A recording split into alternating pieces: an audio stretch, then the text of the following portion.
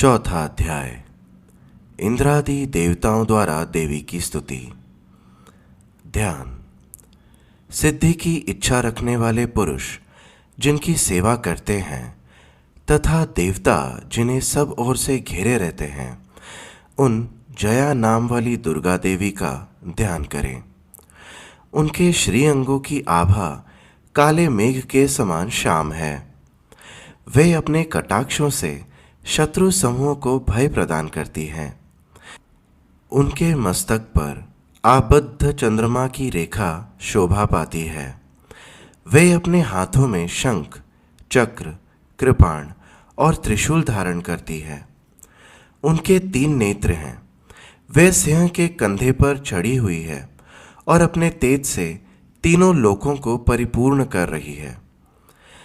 ऋषि कहते हैं, अत्यंत पराक्रमी दुरात्मा महिषासुर तथा उसकी दैत्य सेना के देवी के हाथ से मारे जाने पर इंद्र आदि देवता प्रणाम के लिए गर्दन तथा कंधे झुकाकर उन भगवती दुर्गा का उत्तम वचनों द्वारा स्तवन करने लगे। उस समय उनके सुंदर अंगों में अत्यंत हर्ष के कारण रोमांच हो आया था। देवता बोले, संपूर्ण देवताओं की शक्ति का समुदाय ही जिनका स्वरूप है तथा जिन देवी ने अपनी शक्ति से संपूर्ण जगत को व्याप्त कर रखा है, समस्त देवताओं और महर्षियों की पूजनीय उन जगदम्बा को हम भक्तिपूर्वक नमस्कार करते हैं। वे हम लोगों का कल्याण करें। जिनके अनुपम प्रभाव और बल का वर्णन करने में भगवान शेषनाग, ब्रह्मा जी तथा महादेव जी भी समर्थ नहीं है, वे भगवती चंडिका संपूर्ण जगत का पालन एवं अशुभ भय का नाश करने का विचार करें। जो पुण्यात्माओं के घरों में स्वयं ही लक्ष्मी रूप से, पापियों के यहाँ दरिद्रता रूप से, शुद्ध अंतःकरण वाले पुरुषों के हृदय में बुद्धि रूप से, सत्पुरुषों में श्रद्धा रूप से तथा कुलीन मनुष्यों में लज्जा रूप से निवास करती है, उन आप भगवती दुर्गा को हम नमस्कार करते हैं। देवी, आप संपूर्ण विश्व का पालन कीजिए। देवी, आपके इस अचिंत्य रूप का, असुरों का नाश करने वाले भारी पराक्रम का तथा समस्त देवताओं और दैत्यों के समक्ष युद्ध में प्रकट किए हुए आपके अद्भुत चरित्रों का हम किस प्रकार वर्णन करें। आप संपूर्ण जगत की उत्पत्ति में कारण हैं। आप में सत्वगुण, रजोगुण और तमोगुण, ये तीनों गुण मौजूद है। तो भी दोषों के साथ आपका संसर्ग नहीं जान पड़ता। भगवान विष्णु और महादेव जी आदि देवता भी आपका पार नहीं कर पाते। आप ही सबका आश्रय हैं। यह समस्त जगत आपका अंशभूत है, क्योंकि आप ही सबकी आदिभूत अव्याकृता परा प्रकृति है। देवी, संपूर्ण यज्ञों में जिसके उच्चारण से सब देवता तृप्ति लाभ करते हैं, वह स्वाहा आप ही हैं। इसके अतिरिक्त आप पितरों की भी तृप्ति का कारण हैं। अतएव सब लोग आपको स्वधा भी कहते हैं।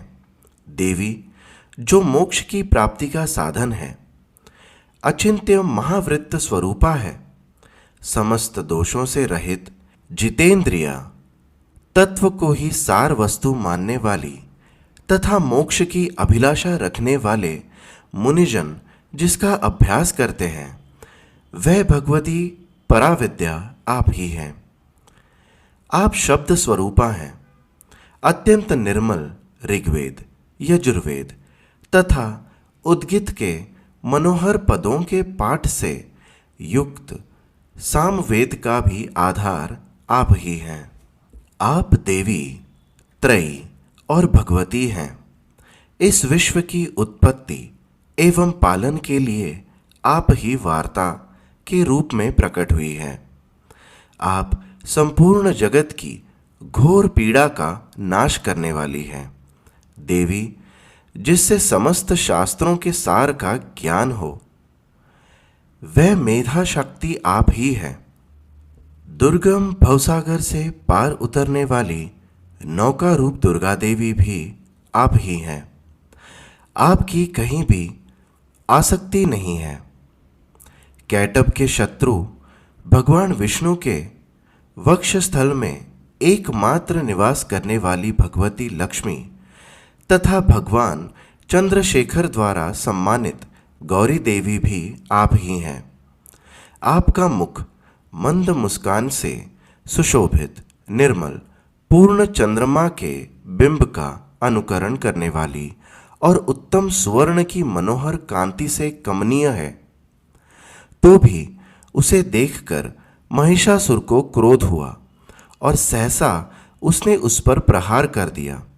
यह बड़े आश्चर्य की बात है।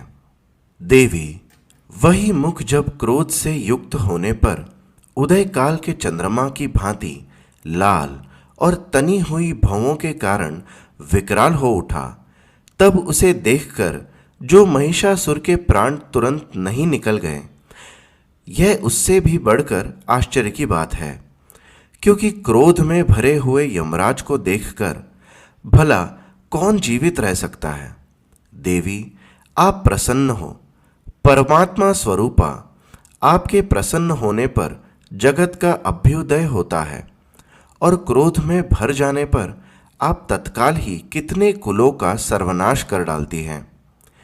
यह बात अभी अनुभव में आई है, क्योंकि महिषासुर की यह विशाल सेना क्षण भर में आपके कोप से नष्ट हो गई है।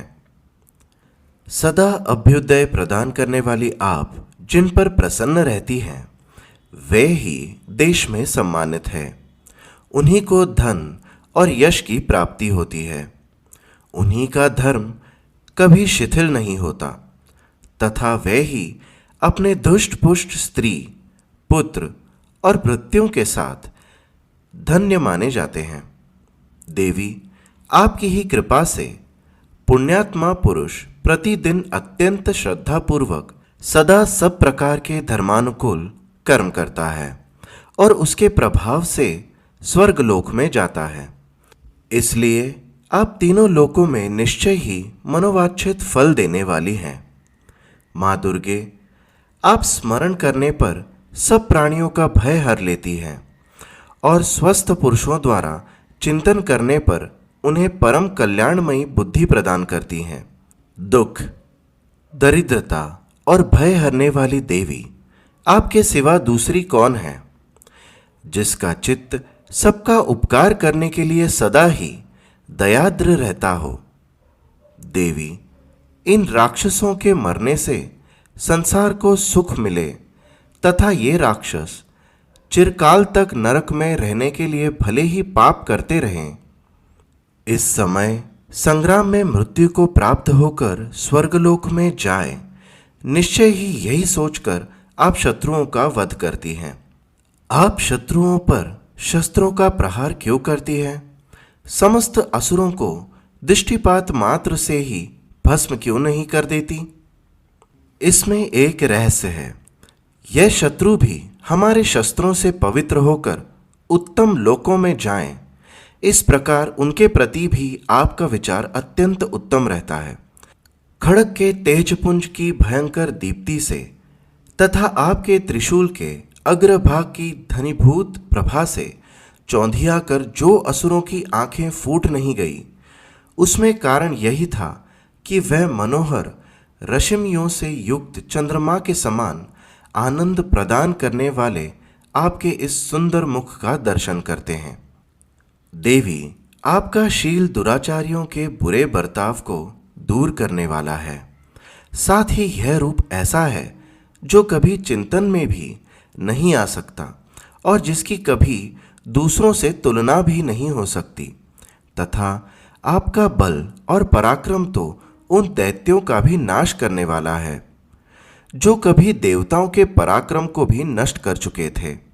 इस प्रकार आपने शत्रुओं पर भी अपनी दया ही प्रकट की है।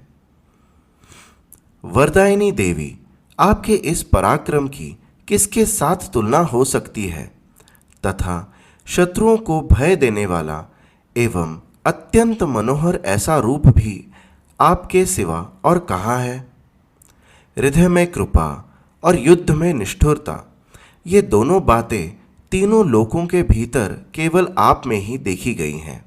माता, आपने शत्रुओं का नाश करके इस समस्त त्रिलोकी की रक्षा की है। उन शत्रुओं को भी युद्ध भूमि में मारकर स्वर्ग लोक में पहुंचाया है, तथा उन्मत्त दैत्यों से प्राप्त होने वाले हम लोगों के भय को भी दूर किया है। आपको हमारा नमस्कार है। देवी, आप शूल से हमारी रक्षा करें। अंबिके, आप खड्ग से भी हमारी रक्षा करें, तथा घंटा की ध्वनि और धनुष की टंकार से हम लोगों की रक्षा करें।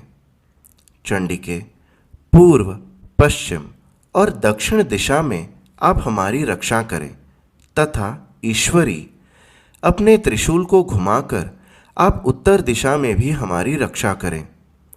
तीनों लोकों में आपके जो परम सुंदर एवं अत्यंत भयंकर रूप विचरते हैं, उनके द्वारा भी आप हमारी तथा इस भूलोक की रक्षा करें।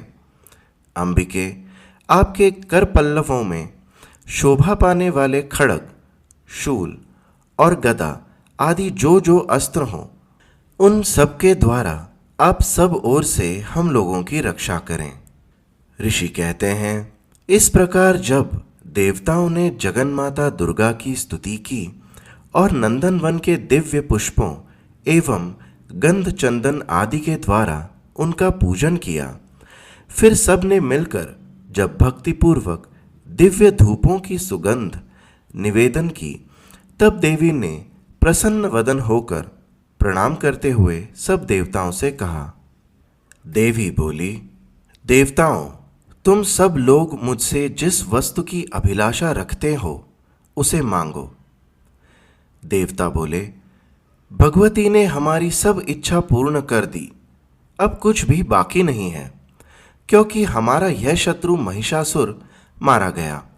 महेश्वरी, इतने पर भी यदि आप हमें और वर देना चाहती हैं, तो हम जब जब आपका स्मरण करें तब तब आप दर्शन देकर हम लोगों के महान संकट दूर कर दिया करें। तथा प्रसन्न मुखी अंबिके, जो मनुष्य इन स्तोत्रों द्वारा आपकी स्तुति करें, उसे वित्त, समृद्धि और वैभव देने के साथ ही उसकी धन और स्त्री आदि संपत्ति को भी बढ़ाने के लिए आप सदा हम पर प्रसन्न रहें। ऋषि कहते हैं, राजन, देवताओं ने जब अपने तथा जगत के कल्याण के लिए भद्रकाली देवी को इस प्रकार प्रसन्न किया, तब वे तथास्तु कहकर वही अंतर्धान हो गई। भूपाल, इस प्रकार पूर्व काल में तीनों लोकों का हित चाहने वाली देवी जिस प्रकार देवताओं के शरीरों से प्रकट हुई थी, वह सब कथा मैंने कह सुनाई।